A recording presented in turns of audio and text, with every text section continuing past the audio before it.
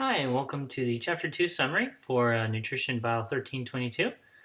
Chapter 2 is covering how to build a diet, but rather than focusing on any kind of fad diet to achieve a specific goal, the diet we're trying to consider is a healthful diet, meaning that the food that you eat over the normal course of your lifespan. The word diet often has kind of a negative connotation of something you go on temporarily and then afterwards you go off your diet. But really, in this case, we're trying to actually talk about what you actually eat normally. Excuse me. So this is a overview of the sections of chapter 2 and what we're going to be working on here. Remember, again, this is a summary. I'm not going to be lecturing over everything that's in the book. The book has a lot of really great information that I don't necessarily have to uh, add to.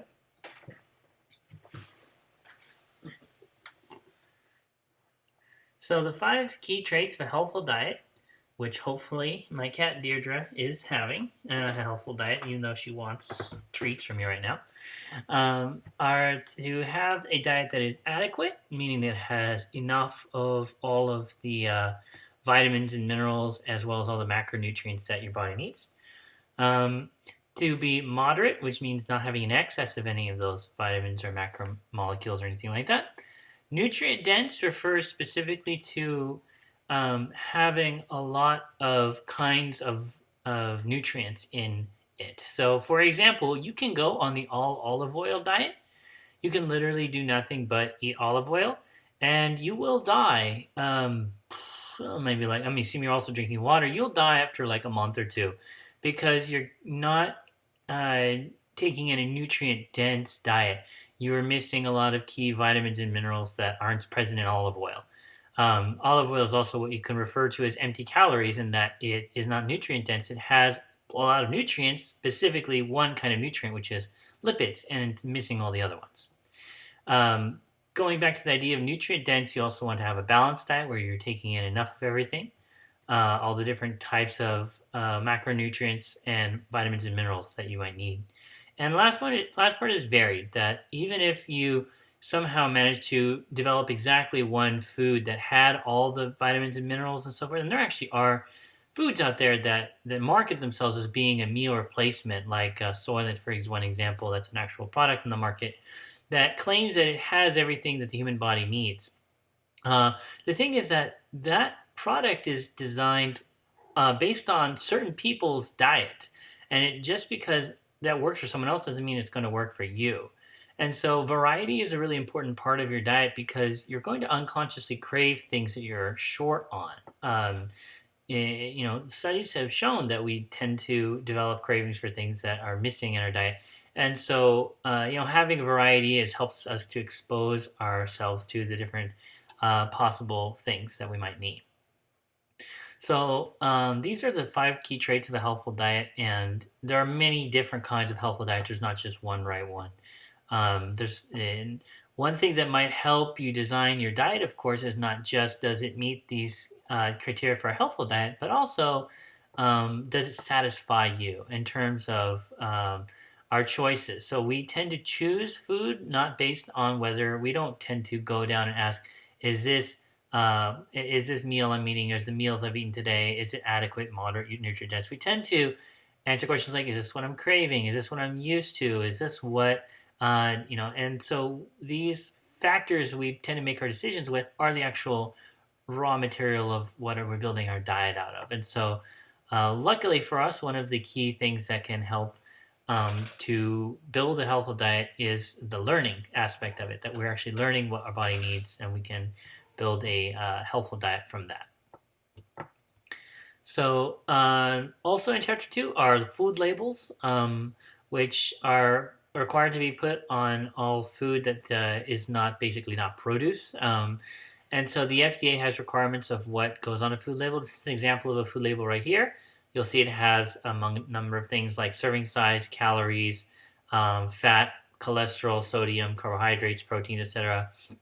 Several key micronutrients are listed on there. Companies have some amount of flexibility. They can print extra things if they want. You'll see some things, if something is high in vitamin A, for example, they'll put it on there because obviously they want to sell their product, and if it's got a lot of vitamin A, that's a marketable feature of their food. There's also the percent daily value, and that's an average. That's an estimate of what the average person needs. That varies obviously by ethnic group, by age, by genetic history, all kinds of other things. So, for just a simple example, the sodium is usually calculated as a percent daily value out of 2,300 milligrams a day, which is normal average daily value. If you're working out in the sun, you're going to need a lot more. If you are of African American heritage, for example, usually you're considered to be at risk for heart diseases, especially, and you want to have lower amount of sodium intake. So it's going to vary from person to person. That's part of what we're going to be looking at food labels, not just for this chapter and for the homework for this chapter, but also when we actually do. You're actually going to be recording your own diet, and you're going to actually be looking at the food labels on your own food and recording that and ultimately analyzing everything you eat using all of this data. So next up, dietary guidelines for Americans. These are the dietary guidelines that are given to help try and build a healthful diet. And one of the major things you can do, which as I mentioned, we're going to be doing with my diet, the diet analysis, my diet analysis project, is you're going to be tracking your food. That's usually a good first step to making sure that you have a healthful diet. The question is, do I have a healthful diet? And if so, then just keep eating whatever you're eating. But if not, then you're going to have to make adjustments. As I mentioned earlier with the olive oil diet, that is empty calories. Now, of course, calories are important to live. You need 2,000 calories a day, depending, of course, on what you're doing. If you don't get enough, you'll just die. But we need more than just calories. We also need the various vitamins, the various minerals. We need it for all kinds of things, for our organ health, for our bone health. We need it for maintaining water balance, all kinds of things that are not all present in any one food.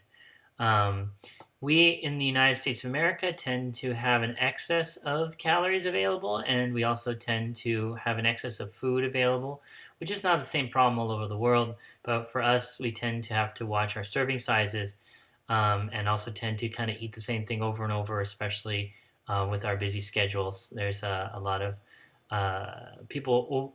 It's very hard to eat healthy, especially if you're poor. All right, so basically, if you're poor, you don't have the money to be buying, fruits and vegetables and preparing them and so forth. And especially consider the vegetables are great. Vegetables are really healthy. They're very nutrient dense, but they're not very calorie dense. And so, tend not to have a lot of calories in it, which is great if you're trying to lose some weight. But that's a really big problem if you only have, $100 to feed your entire family for the month, and you're really low on time, you don't have a lot of time to prepare food, you're going to tend to just stock up on things that are maybe easier to cook and to eat. So these are just dietary guidelines for Americans. Is something that everyone should keep in mind, not in spite of our limitations due to our employment at school and everywhere else, but because of them. All right, this next section actually is important, and I think I forgot to mention in the Chapter 1 video that I do expect you also to work the basic math problems. So in Chapter 1, calculating the amount of calories that's in your food is part of you do the math. You can also, of course, just add it up from the nutrition labels on your food. You do the math section in your book also walks you through making calculations in Chapter 2 for how much you would have to exercise to burn off extra calories. So, for example, if you're tracking your diet and you eat some extra food and you say, well, no, I'll just work it off. This is a simple way to calculate how much you need to do. Your book only mentions 1.2 kilocalories per body weight per hour, meaning that if you want to burn 100 calories, you would take your weight times 1.2, you would divide by the time to get how much exercise you would to get that amount of exercise. So I actually went through and also found that for a jog or a run, it can go up to 4 approximately kilocalories per times your body weight. So someone who's 150 pounds would burn 600 calories for an hour long jog, basically. Kcal is, by the way, the same thing as calories, capital C calories. They mean the same thing. and that's how much energy is in food. If you ever take chemistry and you learn about calories and kilocalories, actual, so there's a little bit of a difference there. So just something to keep an eye on. And then the last part is about restaurant eating. There's several key things to keep in mind that restaurants tend to serve you too much food. You don't tend to need to eat all of it.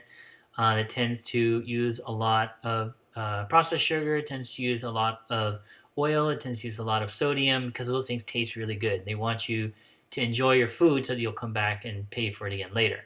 Those tend to be things that we get too much of in our diet. Too many calories, too much fat, too much simple sugars, and too much sodium. So the guidelines that are in your book, which I do expect you to know, although I think most of them are fairly intuitive, are basically just to minimize the excess of sodium and carbohydrates and lipids that you would get from eating a restaurant food. There's a lot of options depending on where you. Well, some places there's a lot of options, some places there isn't.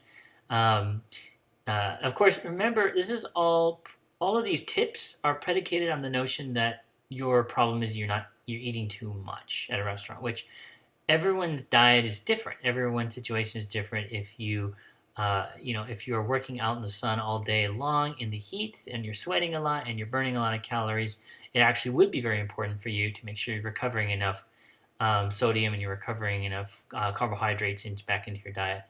The one thing that's really never good for you is sugar. Like pure processed sugar is basically that's never really good for you. But basically anything else can find a balance in you depending on what you're doing. I will say that I know I don't quite look it, but I'm also an athlete. I play Quidditch, and after a day-long tournament where I've played a lot of minutes of Quidditch and I haven't eaten a lot, I've been drinking a lot of water and Gatorade to replenish, to hydrate. But at the end of the day, I do like to go to an all-you-can-eat restaurant because I definitely eat way more than $20 worth of food when I'm there. But that's me literally burning like 3 or 4 or 5,000 calories in a day. And that's so I put 3 or 4 or 5,000 calories on my plate. Remember that the goal here is not to be thin; the goal is to be healthy. And the common problems that us Americans have are us having an excess of sodium and an excess of sugar and an excess of cholesterol and fat in our diet, and a deficiency of fiber, deficiency, of other things. Micronutrients. So just trying to keep everything in balance is ultimately the name of the game. These are just some more specific tips for a typical person. If these don't apply to you, then of course you still have to know them because they're still going to be helpful for when you're interacting with other people. But if they don't apply to you, that's completely fine. All right. Thanks for sticking up for the Chapter 2 lesson, and I'll see you guys again soon.